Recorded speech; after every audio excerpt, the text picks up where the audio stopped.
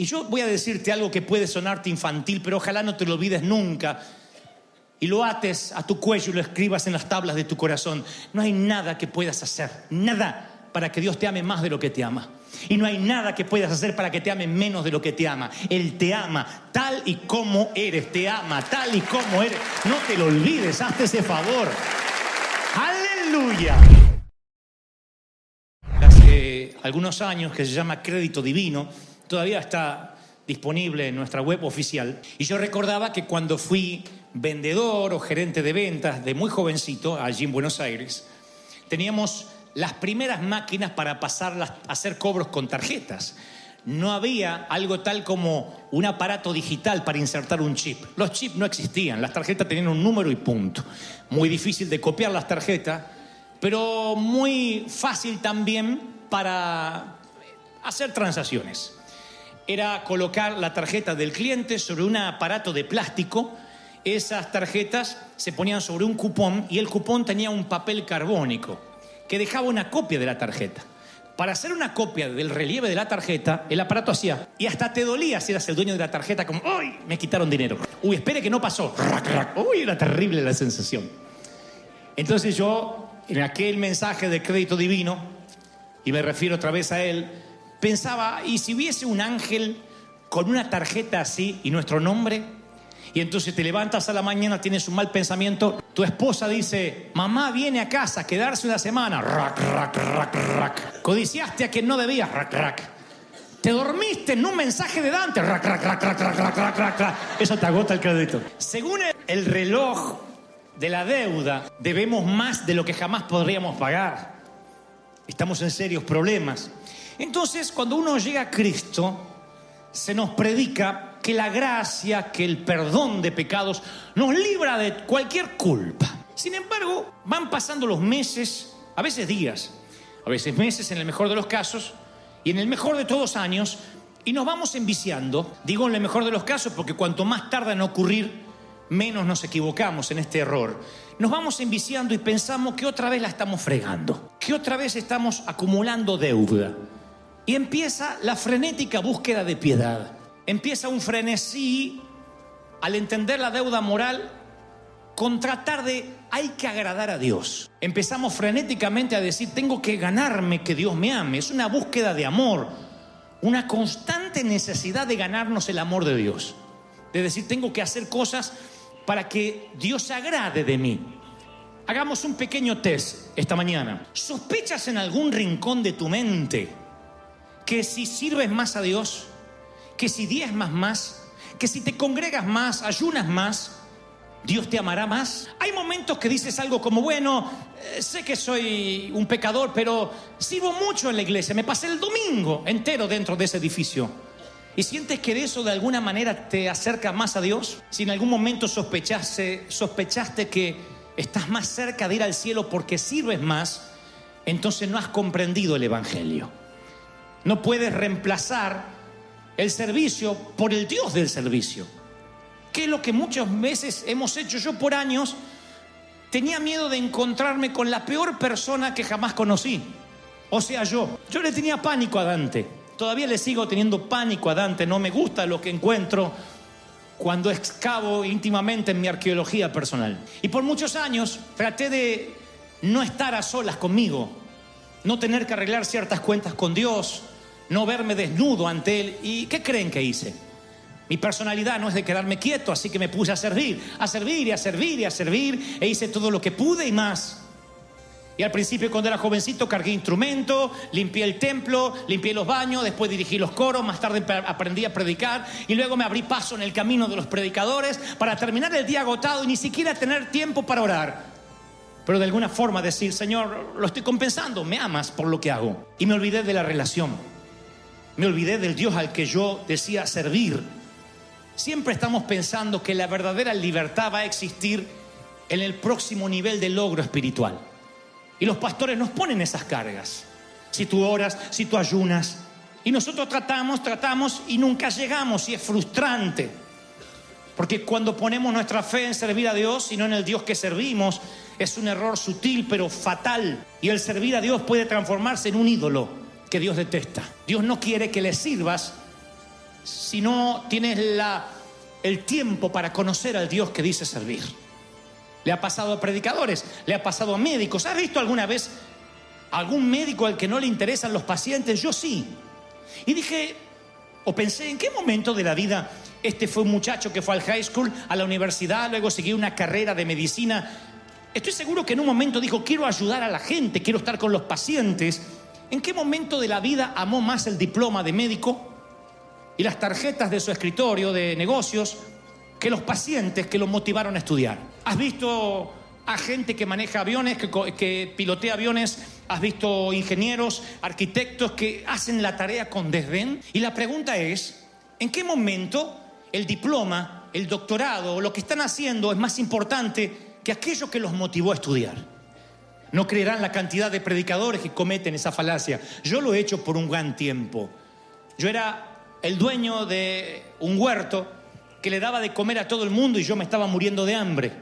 Por años yo leí la Biblia profesionalmente en lugar de devocionalmente. Y me encerraba horas con la Biblia. Técnicamente era un hombre espiritual. Pero mi oración era, Señor, ¿qué le dirás a la gente? ¿Qué quieres que le diga?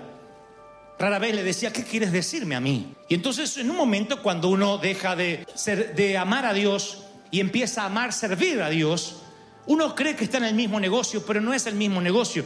Nos equivocamos diametralmente de dirección. No lo hacemos por maldad, sino decimos, es que yo estoy seguro que si hago tal cosa, Dios me va a amar. Jesús fue a la casa de Marta, María y Lázaro y señaló esa falacia en Marta, porque Marta era la típica mujer que tenía hormigas en el corazón. Y ella dijo, está el Señor en casa.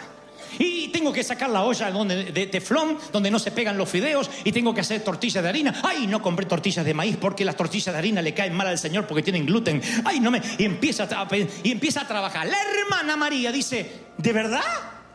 El que acomodó el cosmos en su lugar y el que alineó las montañas está en casa. Yo no voy a desperdiciar este tiempo con unas mugrosas ollas. Y se sienta a los pies del maestro a contemplar. María quiere estar, Marta quiere servir. Yo siempre me he parecido más a Marta.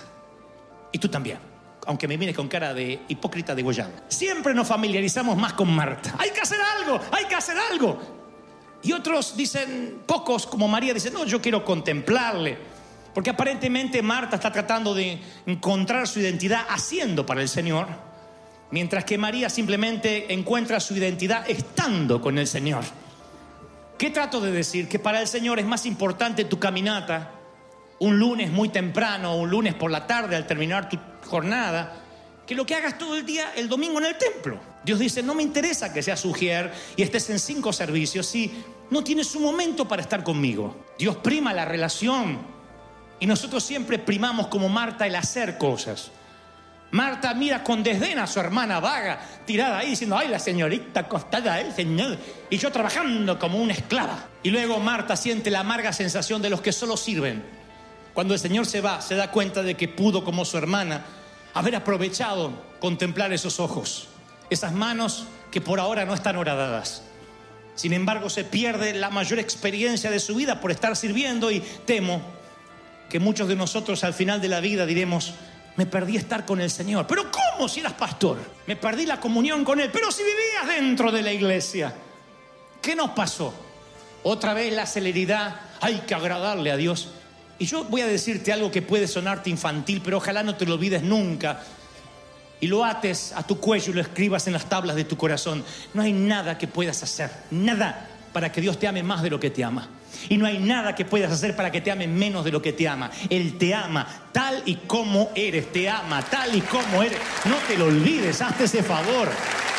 ¡Aleluya! Ahora, caemos muy fácilmente en ese modo de pensar donde el ritual es más importante que la relación. Ahí es cuando subimos a una cinta espiritual y corremos y corremos. Y mientras más corremos, más exhaustos y frustrados estamos. Si eres de los que dice, yo tengo que estar haciendo algo porque si no me siento vacío, deberías preguntarte por qué estás vacío. Saben, yo no soy de aquellos que pueden quedarse quietos. Pero siempre me pregunto por qué evito estar quieto. La mayoría de las veces porque no me gustaré lo que encuentre cuando hago una excavación íntima en mí. Me cuesta comprender que lo que tú haces con Jesús siempre es más importante que lo que haces por Él.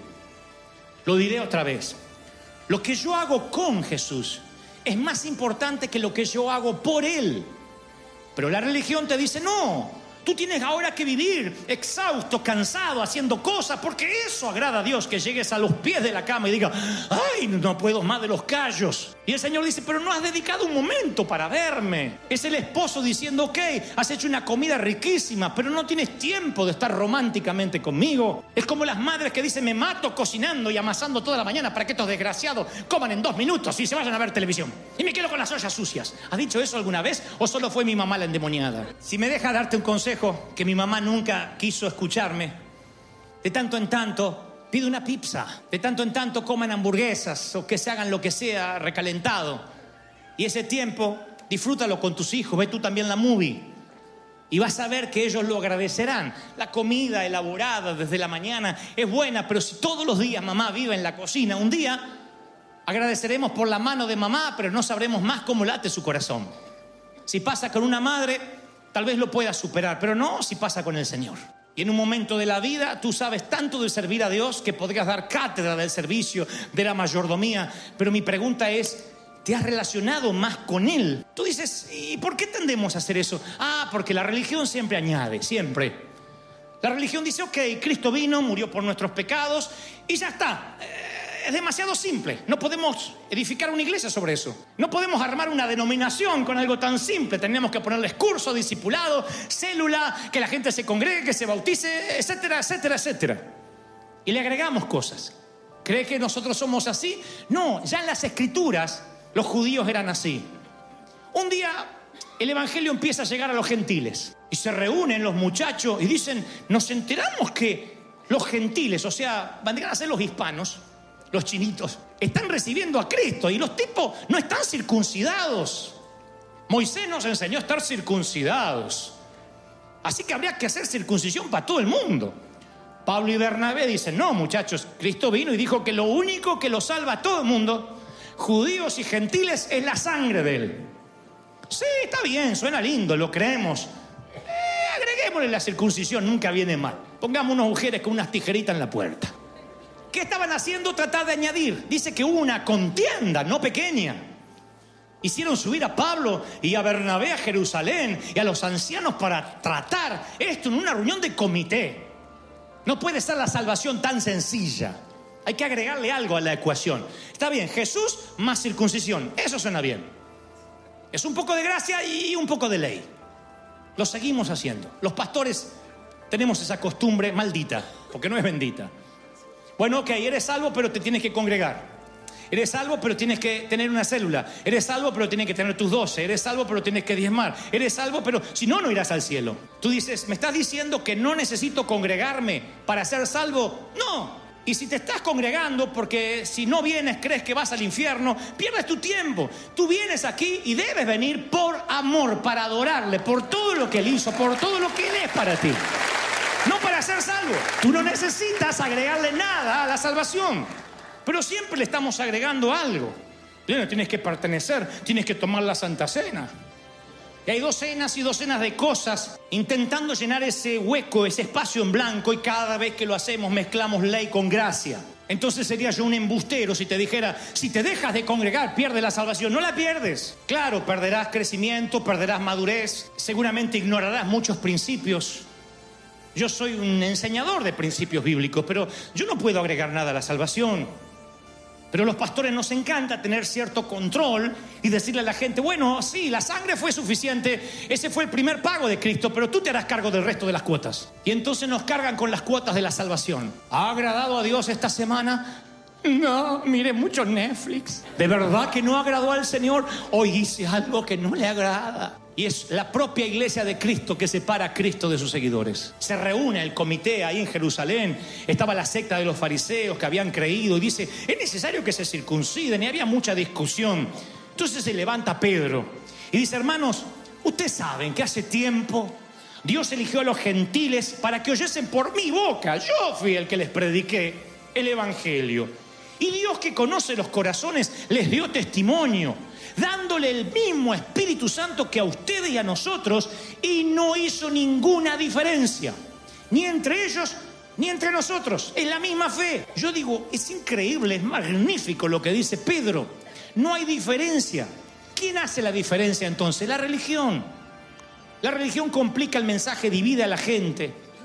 Pedro termina enojado y dice, pero dejen de ponerle más carga a la gente que ni siquiera ustedes pueden llevar. No sean hipócritas, si no, ustedes no son tan santos como para dársela de santo. Solamente se la dan de santo porque están en enlace o están en una plataforma. Pero luchan con lo mismo pecado que la gente. No se vengan a elevar la barda porque creen que eso agrada a Dios. Todos somos gente rota. Este es el hospital del alma y necesitamos la misma gracia de siempre. Alguien tiene que decir, ese es mi Dios. Ahora, Jesús nunca dijo que no pudieras tener tus preferencias religiosas. Hay de los que dicen, a mí me gusta una iglesia con campanario y con himnos tradicionales. Con unas hermanas que pasan con el bastón y hacen, y la última nota ya se van con el Señor. Bueno, pero si te gusta, está bien. Otro dice, no, a mí me gusta lo moderno. Una vez alguien me dijo, a mí me gusta la música, la iglesia con humo, con luces, el pastor con los pantalones rotos, chupines así, Dios la bendiga, adorarle al flaco Jesús. Bueno, si te gusta, está bien. Pero de tu preferencia, no hagas una doctrina, no permitas que esas preferencias y tradiciones se conviertan en leyes que otras personas están obligadas a obedecer para poder seguir a Cristo. Ahí nace la confusión. Ahí, cuando nos tomamos de algo y decimos, no, es que esto es lo que le agrada a Dios, y lo trazamos como si fuera un dogma, y empezamos a decir lo que nos gustaría que Dios dijese. Creemos que los gustos nuestros pasan a ser los gustos de Dios, y un día empezamos a defender las vacas sagradas, y no sabemos por qué. Y como dije hace 2 domingos, cuando aprendemos el cómo y olvidamos el por qué, estamos defendiendo una bobería.